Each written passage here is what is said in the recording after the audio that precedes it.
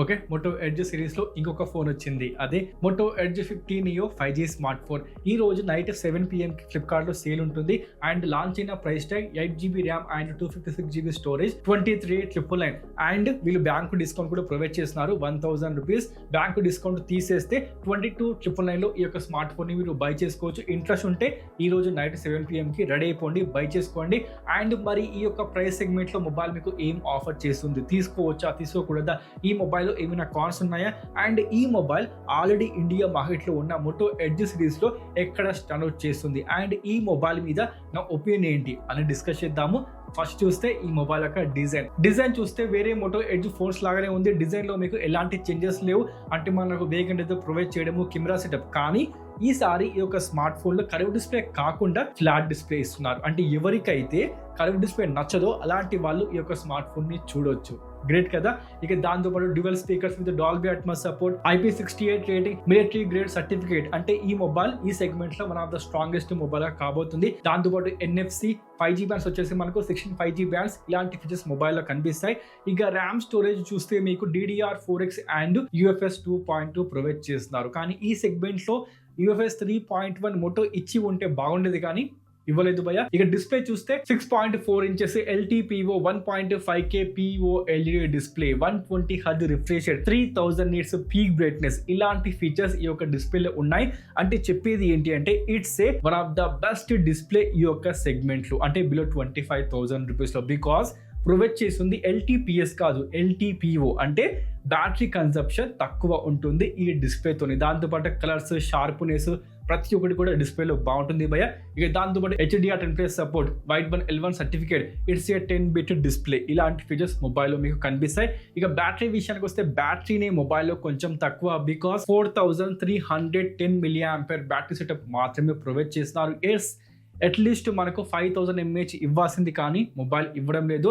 Because of mobile యొక్క thickness మీరు గమనిస్తే just 171 grams wait, 8.1 mm thickness తో మొబైల్ కనిపిస్తుంది. అంటే లైట్ వెయిట్ మొబైల్ ఇవ్వాలనే ఉద్దేశంతో బ్యాటరీని కట్ చేశారు. అందుకే బ్యాటరీ కొంచెం ఇక్కడ మీకు తక్కువ కనిపిస్తుంది. లేదు నాకు బ్యాటరీ బాగుండాలి అనుకుంటే మోటో ఎడ్జ్ 50 మీరు తీసుకోవచ్చు. ఎక్స్ట్రా మీరు పే చేయాల్సింది ఒక 2000 రూపీస్ చూసుకోండి. బట్ BBలో ట్రై చేస్తే ఆ యొక్క స్మార్ట్ ఫోన్ మీకు 24,000 సెగ్మెంట్ లో రావచ్చు భయ్య. చూడండి. ఇక దాంతోపాటు 68 watts fast charging, 15 watts wireless charging mobile మీకు ఆఫర్ చేస్తుంది. బ్యాటరీ తక్కువ ఉంది కాబట్టి పవర్ యూజర్ కి మాత్రం ఈ యొక్క ఫోన్ నేను మాత్రం రికమెండ్ చేయకపోవచ్చు. అంటే మీరు హెవీగా మొబైల్ని యూస్ చేస్తే, యూట్యూబ్ అని, ఇన్స్టా అని, దాంతోపాటు లైట్ గేమింగ్ అని మీరు ఎక్కువ యూస్ చేస్తే, లేకపోతే మీరు డెలివరీ సర్వీస్ అలాంటి వాటిలో ఉంటే, జొమాటో, స్విగ్గీ, లేకపోతే ఓలా, ఊబర్ ఇలాంటి డెలివరీ సర్వీస్లో ఉన్నా కూడా అలాంటి వాళ్ళకి ఈ బ్యాటరీ నేను రికమెండ్ చేయకపోవచ్చు. అంటే ఈ యొక్క ఫోన్ నేను రికమెండ్ చేయకపోవచ్చు. తక్కువ ఇక్కడ మనకు బ్యాటరీ కెపాసిటీ ప్రొవైడ్ చేస్తున్నారు కాబట్టి చూసుకోండి. ఇక దాంతోపాటు పర్ఫార్మెన్స్ విషయానికి వస్తే డైమెన్సిటీ 7300 చెప్పేది ఏంటి అంటే 6 lakh ప్లస్ అంటుటు స్కోర్ మాత్రమే ప్రొవైడ్ చేస్తుంది. And 4nm 2.5 GHz octa-core chipset కాబట్టి డే టు డే యూజ్ లో బాగుంటుంది భయ్య. నార్మల్ యూజర్ కి బాగుంటుంది, కానీ గేమింగ్ చేస్తా, అదే విధంగా మొబైల్ తీసుకొని ఒక 3 years యూజ్ చేసుకుంటా అంటే మాత్రం అలాంటి వాళ్ళకి ఈ యొక్క చిప్ సెట్ ని రికమెండ్ చేయను, గుర్తుపెట్టుకోండి.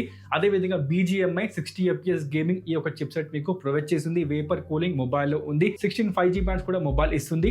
నెట్వర్క్ లో మీకు ఎలాంటి ప్రాబ్లం ఉండదు. కానీ లాంగ్ టర్మ్ లో మేబీ ఈ యొక్క స్మార్ట్ ఫోన్ ని నేను మాత్రం రికమెండ్ చేయకపోవచ్చు. Because it's a Dimensity 7300, not a Dimensity 7200. అంటే దీన్ని మీరు దేంతో కంపేర్ చేసుకోవచ్చు అంటే ప్రజెంట్ మార్కెట్ లో మీకు 15,000 14,000 దొరికే డైమెన్సిటీ 7050కి ఈక్వల్ గా మనకు ఈ యొక్క పర్ఫార్మెన్స్ ఉంటుంది. కాబట్టి లాంగ్ టర్మ్ లో మాత్రం ఈ పర్ఫార్మెన్స్ ని రికమెండ్ చేయను. బికాస్ ఆటోమేటిక్ గా పర్ఫార్మెన్స్ పడిపోతుంది. కాబట్టి సాఫ్ట్వేర్ అప్డేట్ రావడంతో పర్ఫార్మెన్స్ పడిపోతుంది. కాబట్టి గుర్తుపెట్టుకోండి. కానీ ఒక 1 year 2 years యూజ్ చేసుకున్నారంటే మాత్రం తీసుకోండి, పర్ఫార్మెన్స్ బాగుంటుంది. అండ్ గేమర్స్ ఈ చిప్ సెట్ మీకోసం కాదు భయ్య, గుర్తుపెట్టుకోండి.